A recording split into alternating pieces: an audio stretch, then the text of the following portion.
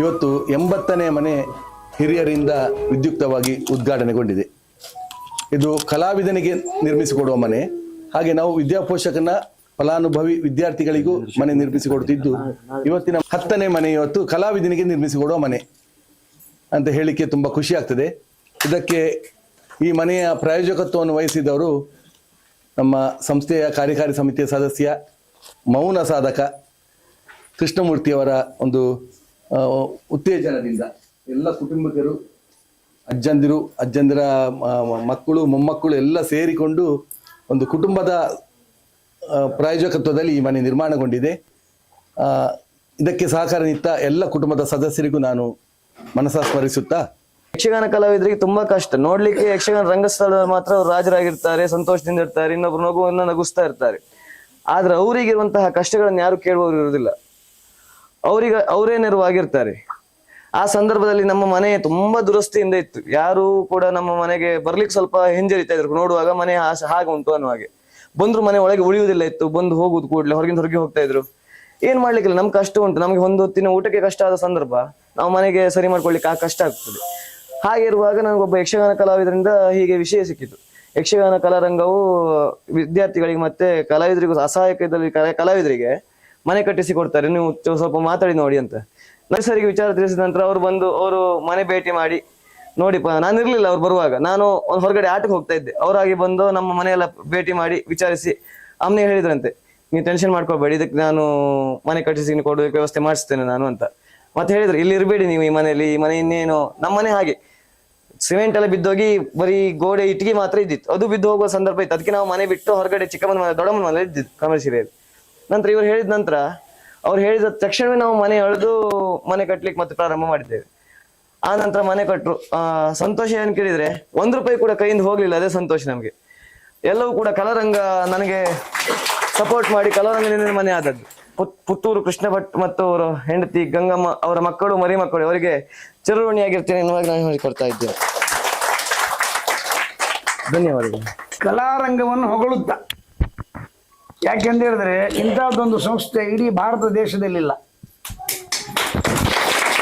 ಕಲಾವಿದರನ್ನು ಒಗ್ಗೂಡಿಸಿ ಕಲಾವಿದರ ಕಷ್ಟ ಸುಖಕ್ಕೆ ಆಂತುಕೊಂಡು ಅವ್ರಿಗೆ ಬೇಕಾದನ್ನು ಕೊಡುವ, ಬಡ ಕಲಾವಿದರಿಗೆ ಬೇಕಾದ್ರೆ ಮನೆ ಕಟ್ಟಿಸಿಕೊಡುವ, ಶಿಕ್ಷಣದಲ್ಲಿ ಅತ್ಯುತ್ತಮವಾಗಿ ಮುಂದೆ ಬಂದವರಿಗೆ ಮುಂದಿನ ಎಜುಕೇಶನ್ ಬಗ್ಗೆ ಬೇಕಾದಷ್ಟು ಪ್ರೋತ್ಸಾಹ ಕೊಡುವಂತಹ ಒಂದು ಸಂಸ್ಥೆ ಅಂದ್ರೆ ಕಲಾರಂಗ. ಅದರ ಮೇಲೆ ಅಷ್ಟು ಅಭಿಮಾನ ಉಂಟು, ನನಗೆ ಪ್ರೀತಿ ಉಂಟು ಅಂತ. ಎಲ್ಲ ಸದಸ್ಯರು ಕೂಡ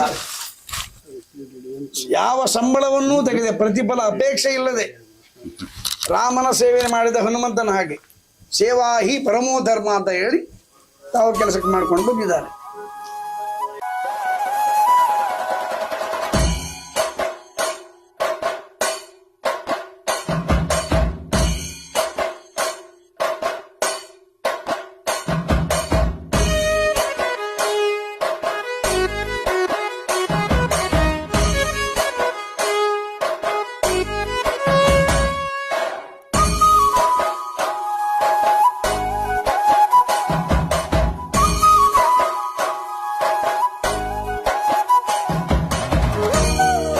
ಆದರೆ ಇವತ್ತಿನ ದಿವಸದಲ್ಲಿ ಅವರು ತನ್ನ ಕೊಡುಗೆಯನ್ನು ಇವರು ಕೃಷ್ಣ ಭಟ್ರು, ಗಂಗಮ್ಮ ಅವರನ್ನು ನಾನು ಸಮೀಪದಲ್ಲಿ ನೋಡಿದ್ದೇನೆ.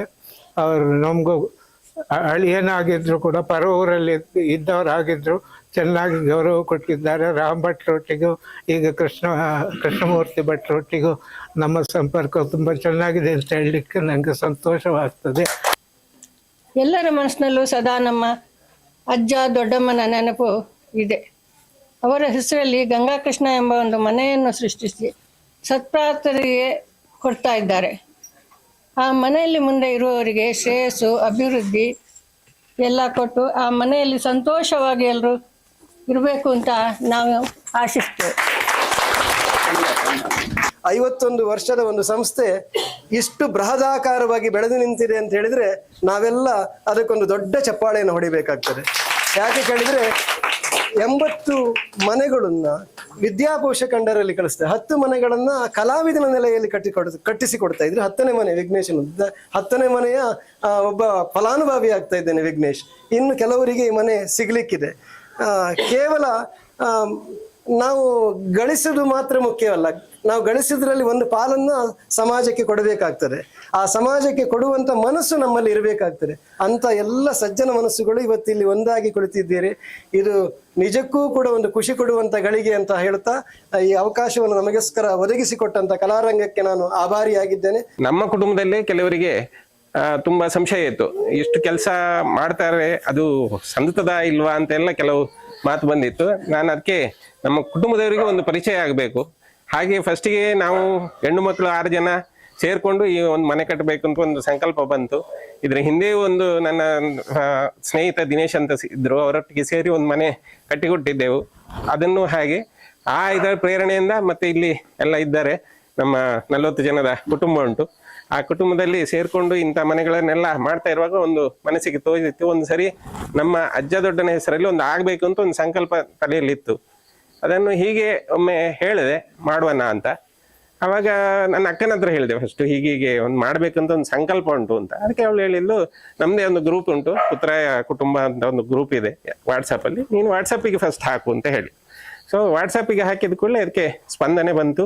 ಮತ್ತೆ ಇಮಿಡಿಯೇಟ್ ಆಗಿ ನಾವು ಮೀಟಿಂಗ್ ಮಾಡಿ, ಟ್ರಸ್ಟ್ನ ಮೀಟಿಂಗ್ ಮಾಡಿ ಅದರಲ್ಲಿ ಎಲ್ಲ ವಿಷಯಗಳನ್ನು ಹೇಳಿದಾಗ ಎಲ್ಲರೂ ಖುಷಿಯಲ್ಲಿ ಒಪ್ಕೊಂಡು ಇದು ಮಾಡಿದ್ದಾರೆ.